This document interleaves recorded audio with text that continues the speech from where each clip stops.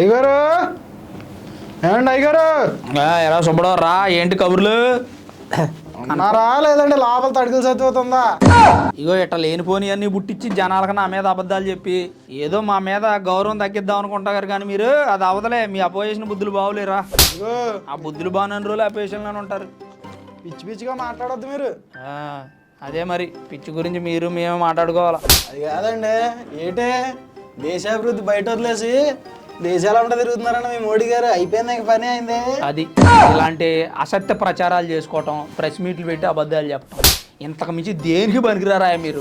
అందుకే అక్కడ 11 ఇక్కడ 11 సంవత్సరాలు. అంటే మామూలు చెప్తున్నా నేను. ఇక ఏదైనా అంటే రోసం మళ్ళీ రాజు పెట్టండి. రాజు ఏమంటే మాట్లాడితే 11 11 11 అని ప్రతొక్కదానికి మమ్మల్ని 11 అంటారు.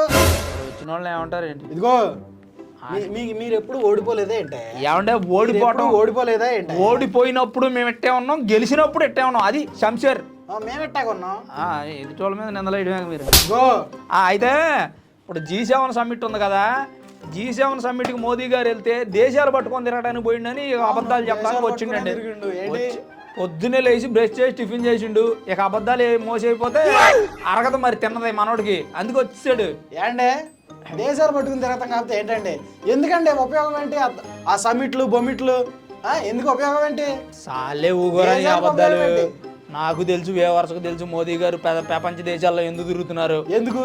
G7 సమ్మిట్ అంటే 7 డబ్బున్న దేశాలు, ధనిక దేశాలు కలిసి మీటింగ్ పెట్టుకుంటున్నాయి కెనడాలో. అక్కడ డబ్బున్న దేశాలకే మనల్ని పిలిచారంటే అసలు కాలర్ ఎగరేసుకోవాల్సిన సిచ్యువేషన్ ఇది. మనం మా రాహుల్ గాంధీ గారు వచ్చినా మేము మమ్మల్ని పిలుస్తారు అయితే ఏముంది అందులో? ఏది పబ్బుకేనా? ఇదిగో అంటే అనుకుంటున్నారు. అయితే మీ మోడీ గారి కంటే బాగా అభివృద్ధి చేస్తారు మా రాహుల్ గాంధీ గారు. మీరంతా మొయ్య అవసరంలా. అభివృద్ధి అంటే ఎమర్జెన్సీలు విధించడం కాదు. తెలీదు మీకు? అయ్యేందుకు గుర్తొస్తున్నాయి అంటే అయ్యేందుకు గుర్తొస్తున్నాయి? జరిగింది సరే, జరిగిపోయింది అయ్యా. ఆ ఎమర్జెన్సీ విధించింది మీ వల్ల కాదా? అదిగో మీ వల్లే. మేము అప్పుడు లేనేలేము మా వాళ్ళని చెబుతారు. చరిత్ర అది మళ్ళీ చేస్తారేమో గెలిస్తే అని జనాల భయం వేస్తుంది. అది అప్పుడు చేసింది ఏళ్ళ వల్లేనండి. అదిగో ఇప్పుడు ఆ గ్లోబల్ 7 సమ్మిట్కి వెళ్ళారండి. అందులో ప్రపంచ దేశాలతో మాట్లాడారు. మరీ ముఖ్యంగా ఆయాల ఏది ఉగ్రవాదులతో చేతులు కలిపి ఇదిగో అంటే మామూలు చెప్తున్నా, మన మీదకే తెచ్చారు కదా కొంతమంది దుర్మార్గులు దేశంలో ఉండి. కొంతమంది దుర్మార్గులు ఆ పాకిస్తాన్కి సపోర్ట్ చేసిన వాళ్ళలో కొంతమంది దుర్మార్గులు కూడా ఉన్నారు అంటే అంటారు. నేను చెప్తున్నా. అయితే ఆ పాకిస్తాన్కి సపోర్ట్ చేసిన టర్కీ, ఆ టర్కీకి శత్రు దేశం ఉంది సైప్రస్ అని చెప్పి, ఆ దేశాన్ని కూడా మన మోదీ గారు విజిట్ చేశారు. టర్కీకి వణుకు పడుతుంది ఇప్పుడు. సైప్రస్ అంట గట్టిగా తిప్పి కొడితే 10,000 కిలోమీటర్లు కూడా లేదు. అదో పెద్ద దేశం. మళ్ళీ దాన్ని చూసి మనం భయం. ఇగో ప్రతోడిని తక్కువ అంచనేయటమేనండి వీళ్ళు. ఎంత మొనగాడినైనా అది ఏముందంటారు వీళ్ళు అని దెబ్బతిన్నారు వీళ్ళు. 10,000 కిలోమీటర్లు తెలిసిందే మనకి. తిప్పి కొడితే భారతదేశంలో ఎంత ఉంటది, దాన్ని పట్టుకుని వీళ్ళు ఏడో పెద్ద వెళ్ళారంట. ఎందుకు వెళ్ళడం? ఎవళ్ళో ఎంత ఉందో ఆడి సత్తా నువ్వు మాటల్లో తెలీదు. ఆ సైప్రస్ దేశం టర్కీకి శత్రు దేశం అంటే, టర్కీ లాంటి దేశాన్ని సైప్రస్ శత్రు దేశం అంటే మన దమ్మేంటి తెలియాలంటే మన శత్రువుని చూస్తే తెలిసిద్ది. మరి సైప్రస్ గురించి తెలియాలంటే టర్కీని చూస్తే తెలిసిద్ది. టర్కీ లాంటి దేశానికి శత్రు దేశం సైప్రస్. ఆ సైప్రస్ని మన మోదీ గారు విజిట్ చేశారు. ఎందుకంటే పాకిస్తాన్కి మనకి యుద్ధం జరిగే సమయంలో సైప్రస్ మనం సపోర్ట్ చేసింది. ఏంటి అక్కడికి? అది కథ తెలియకుండా వచ్చి జనాలకు అబద్ధాలు చెప్పేస్తే నమ్మేస్తారేటి? జనాలకి ఏం నమ్మాలో తెలుసులేండి, అందుకే నమ్మే వాళ్ళని గెలిపించారు. ఇదిగో మరి నువ్వే అంటావు. మళ్ళీ నువ్వు మాట్లాడితే మా వాళ్ళ మీద కౌంటర్లు వేసావు అనుకో, నీకు నాకు బోల్డ్ అంత పెద్ద రోజు నేనే మా గొడ్డలు తీసుకుంటా. ఇంకా నేను కౌంటర్లు వేసేదేమో 11 ఏళ్ళ నుంచి చేస్తున్నారు కదా జనాలు కౌంటర్లో. అయితే చెప్పేది ఏంటంటే, నేను ఆ సైప్రస్ దేశం పర్యటించిన తర్వాత క్రొయేషియా అని ఒక క్రైస్టియన్ దేశం వెళ్ళారాయా. అక్కడ క్రొయేషియా ఏది మీరు ఫోన్ లో అమ్మాయి చూసి అన్నదే. సరే నేనంటే ఏదో మన ఊర్లో ఎవరైనా అబ్బాయిలకి ఇచ్చి పెళ్లి చేద్దాం వయసులో అట్ట కవర్ చేసుకో ముసలోడు పోయి. ఎట్ట చెప్తే నిజం చెప్తేనేమో కాదంటారు, అబద్ధాలేమో పోగేసుకొస్తారు. ఇప్పుడు ఆ క్రొయేషియా దేశం వెళ్ళారంటే అది క్రిస్టియన్ దేశం. అక్కడికి వెళ్ళి కూడా ఇక్కడ ఈ ఇండియన్ వేద మంత్రాలు చదివించుకుంటున్నారంటే అంతా ఎక్కువైందా? అది భారతదేశం ఎల్లవయ్యా అక్కడికి వెళ్ళినప్పుడు వాళ్ళు ఏదైతే అది తీసుకోవాలి, అంతేగాని నాకు ఇదే కావాలని మీరు ఆయన అడగల చచ్చ మిగిలిన కుర్చీ కావాలని లాక్కునే బాబు కదా ఆయన. నువ్వు మా దగ్గరికి ఎందుకు వస్తాయా? అంటే నేను చెప్తున్నా, ఆయన ఆ దేశంలోకి వెళ్ళగానే వేద మంత్రాలతో ఆయనకి ఘన స్వాగతం పలికారు ఆ దేశస్తులు, తెలుసా నీకు? మీరే అసలు వాళ్ళే అక్కడ సెట్ చేయించుకుని పెట్టించుకుని ఈ మాటలు చెబుతారు. ఏమంటే క్రిస్టియన్ దేశంలో వేద మంత్రాలు ఉచ్చరిస్తూ ఆ రకంగా పొల్లు పోకుండా ఆయనకి ఘన స్వాగతం పలికితే మనం పెట్టించిన అంటాడు. అభిమానం అనేది గుండెల్లోంచి తన్నుకు రావాలండి, మనం పెట్టితే వచ్చిద్దా? చూడండి అంత. రాహుల్ గాంధీ గారు వెళ్ళినా కానీ అట్టాగే చేస్తారండి. ఎక్కడ అంటే మామూలుగా అయితే వాళ్ళు పలికినటువంటి ఘన స్వాగతానికి మోదీ గారు పులకించిపోయారండి. ఆయన ఆనందానికి అవధులు లేవు అసలు, అంత గొప్ప. అగో మా రాహుల్ గాంధీ గారికి టైం వచ్చింది, అప్పుడు మా రాహుల్ గాంధీ గారు పొలకించిపోతారు. అంతకుమించి ఏం చేస్తారులే, ఇదిగో అంటే అనుకుంటున్నారులే. కానీ ఏంటి ఎందుకండి జనాల డబ్బులు వేస్ట్ చేయడం తప్ప? జనం డబ్బులు అంటండి, ఇలాంటి గ్లోబల్ సమ్మిట్లు పెట్టడం జనాల డబ్బులు వేస్ట్ చేయడం అంట. అసలు అభివృద్ధి తెలియని, వేరే దేశాల్లో స్నేహం చేయడం తెలియని, అసలు పరిపాలన అంటే ఏంటి తెలియని ఇలాంటి వాళ్ళతో మనం చెప్పించుకోవాల్సి వస్తుందండి. ఏమంటే వ్యవస్థ పరిపాలన అంటే మాదే. అవునవును, మా కాంగ్రెస్ పరిపాలన. అవును, అందుకే కాంగ్రెస్ పరిపాలనలో జరిగిన అనర్థాలు, ఏమనర్థాలు జరిగినాయా? సిక్కులను ఊచకోత కోసిన విషయాలు తెలుసు, నేషనల్ ఎమర్జెన్సీ విధించిన విషయాలు తెలుసు. నేషనల్ ఎమర్జెన్సీ ఎందుకు విధించాం? దేశంలో అల్లరి మొక్కలు ఎక్కువైపోయి దౌర్జన్యాలు దాడులు ఎక్కువ జరుగుతున్నాయి కాబట్టి ఎమర్జెన్సీ విధించారు. అంతేగాని ఇందిరాగాంధీ గారికి 6 సంవత్సరాలు అనర్హత వేటు ఎత్తే కాదంటారు. కాదు ఏనండే కాదు, ఏ రాసుకొని వచ్చి ఉంటావు పుస్తకాలు అబద్ధాలు చెప్పు జనాలకు. చెప్తేనేమో మళ్ళీ నా మీద జనాల డబ్బులా కాదా మీరు విదేశాలు? ఏమంటే జనాల డబ్బులు అయితే ప్రపంచ దేశాలతో పాటు మనం వెళ్ళి మనం కూడా ప్రపంచ దేశాలతో పాటు ఎదగాలి. ఆల్రెడీ మనం 4వ ఆర్థిక వ్యవస్థగా ఉన్నాం, అతిపెద్ద ఆర్థిక వ్యవస్థగా ఉన్నాం. మొదటి స్థానం మా రాహుల్ గాంధీ గారు వచ్చి ఉంటే ఫస్ట్ ప్లేస్ లో ఉండే పోయింది పో నాశనం.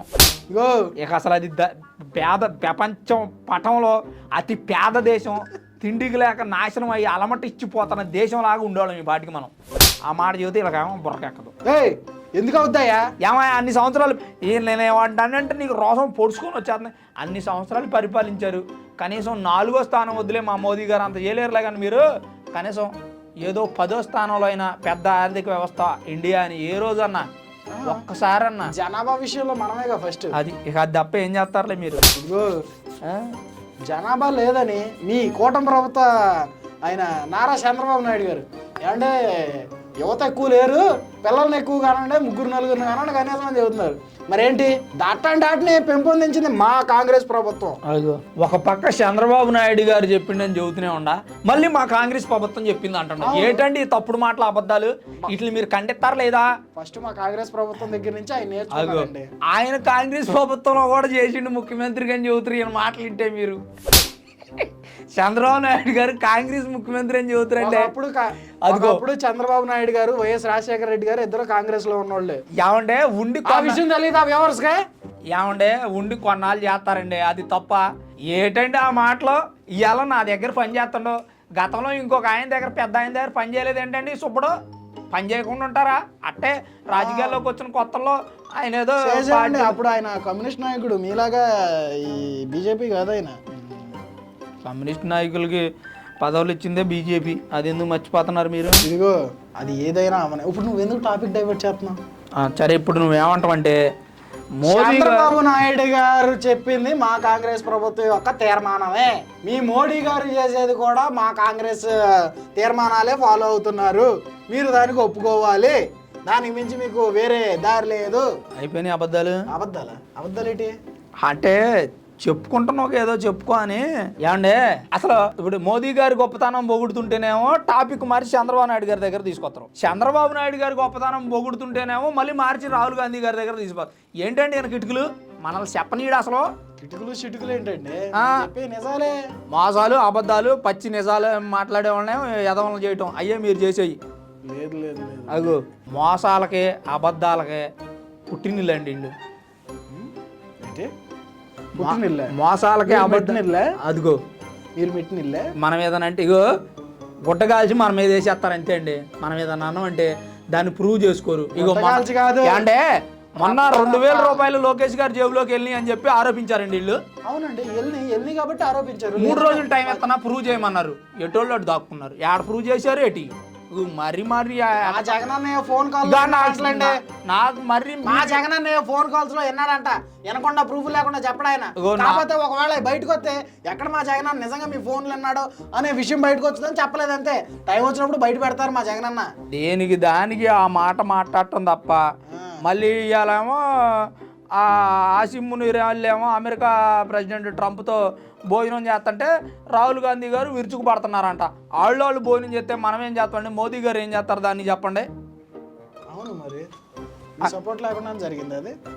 ఆసిమ్ మునీర్ గారు ట్రంప్కు మనకేంటండి సంబంధం? మీరు ఫ్రెండ్సే ఒకప్పుడు. మరి మోడీ గారికి అమెరికాలో ఉన్న భారతీయులంతా ఓటేసి గెలిపించాలని మోడీ గారు ఎందుకు చెప్పారు? చెబుతారండి. ఎందుకు చెబుతారండి? భారతీయులకు మేలు చేస్తానని ట్రంప్ చెప్పిండు కాబట్టి చెప్పారు. మరి అట్లా చెప్పినప్పుడు మరి మోడీ గారి ప్రమేయం లేకుండా వాళ్ళిద్దరు కలిసి ఫోన్ చేశారా? ఆల్రెడీ మోదీ గారు చెప్పారండి, ట్రంప్ చెప్పినా కానీ ఇంకోళ్ళు చెప్పినా కానీ ఆగేది లేదు, మాకెవరు మధ్యవర్తిత్వం వద్దని మొహం మీద తెగేసి చెప్పారు. ఇంకేంటి దానికి మనం ఇంకా మళ్ళీ మోదీ గారిని ట్రంప్కి సపోర్ట్ చేస్తానని ఎట్టా అనుకుంటావేటి నువ్వు? ఎలానైనా మీరు చెప్పే అబద్ధాలు. ఇదిగో వ్యూవర్స్, నాకు ఎందుకో కానీ వీళ్ళు చేసే అన్ని మోసాలు, అక్రమాలు, అన్యాయాలు, దౌర్జన్యాలు, దాడులే అనిపిస్తుంది. కాబట్టి మీరు అవన్నీ చేసేది మీరేగా. ఇదిగో అంటే వచ్చే ఎలక్షన్లో ఇది 2028 జమిలీ ఎలక్షన్ అంట.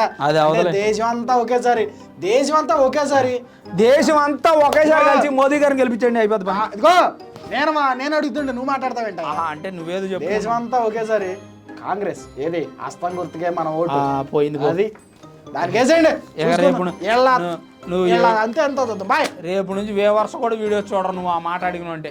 వేవర్స్ మోదీ గారు ప్రపంచ దేశాలు తిరుగుతున్నారు, మన దేశాన్ని ఇంకా అభివృద్ధిలోకి తీసుకురావాలని. దీని మీద మీ అభిప్రాయం ఏంటో కామెంట్ రూపంలో తెలియజేయండి. ఉంటా మరి శుభ్ర మాటలు పడుచుకోమని అన్ని అబద్ధాలే కానీ ఉంటా.